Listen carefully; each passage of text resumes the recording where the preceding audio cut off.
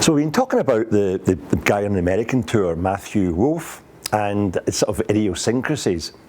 And really, you know, as I said it before in that video, he does so much that's really, really good. The freewheeling, you know, that zipping through. And I think we can often sort of look at idiosyncrasies of players, a bit like Jim Furyk. People have mentioned him over the years, but the downswings are all classic. You know, it's the backswing. Maybe you could call it taking aim slightly strangely, but everything else from there is just classic. And with Mathew Wolff, what he's doing in taking that club way outside the line, he really has to get back on the line, and as his body goes, everything, the club is really dropping in, and he's creating a huge whiplash. And I'm going to show you an exercise that I call cracking the whip, and it's something that everybody should really practice if they're serious about the golf swing.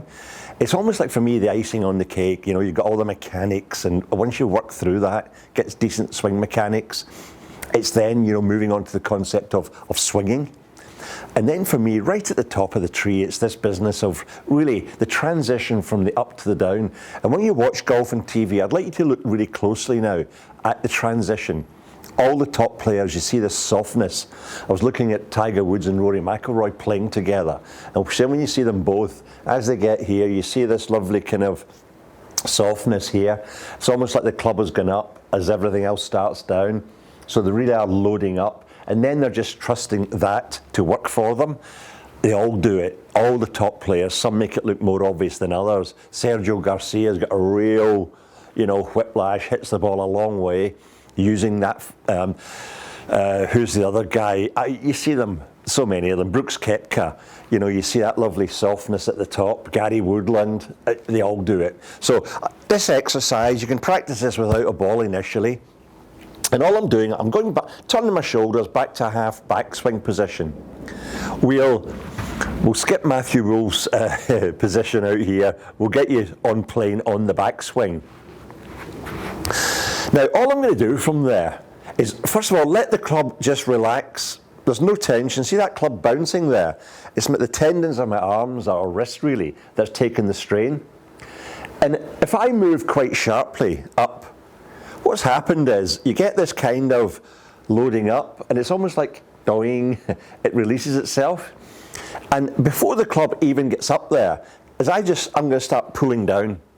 It really is basic, very simple concept. Needs practice. Up, down. So the club is being left behind. The wrists are storing that energy, and I guarantee, as long as the left arm doesn't do anything silly, the club will actually square. I know it seems a bit strange when you feel how free it is, but it really is. And if you trust it, you know, when I practice this, the balls actually almost land on top of each other if you just let it go and trust it. So practice swing first, turn, hold the position, and it's quite a sharp pull up and then down.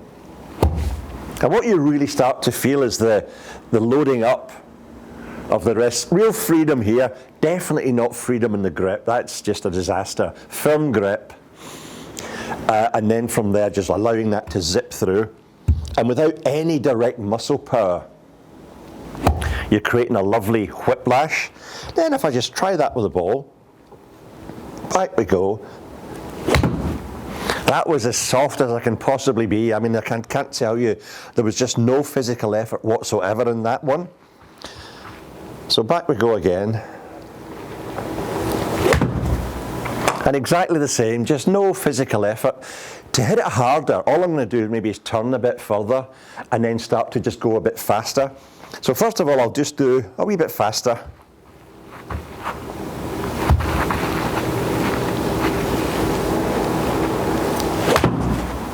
Now that's me starting to hit it harder. There's no more power going into the shot, just swinging that little bit faster. And these all feel really solid because once I've so-called cracked the whip, I'm just letting the club head swing. I'm not in any way interfering, so you get this lovely free swinging club head. So I'd like you all to have you know, a practice at that. Just try it first of all. Feels a bit odd, and then gradually you can incorporate that into your swing. You'll hit the ball further and straighter, guaranteed. And remember, if you'd like our videos, if you could like and subscribe, we'd appreciate that.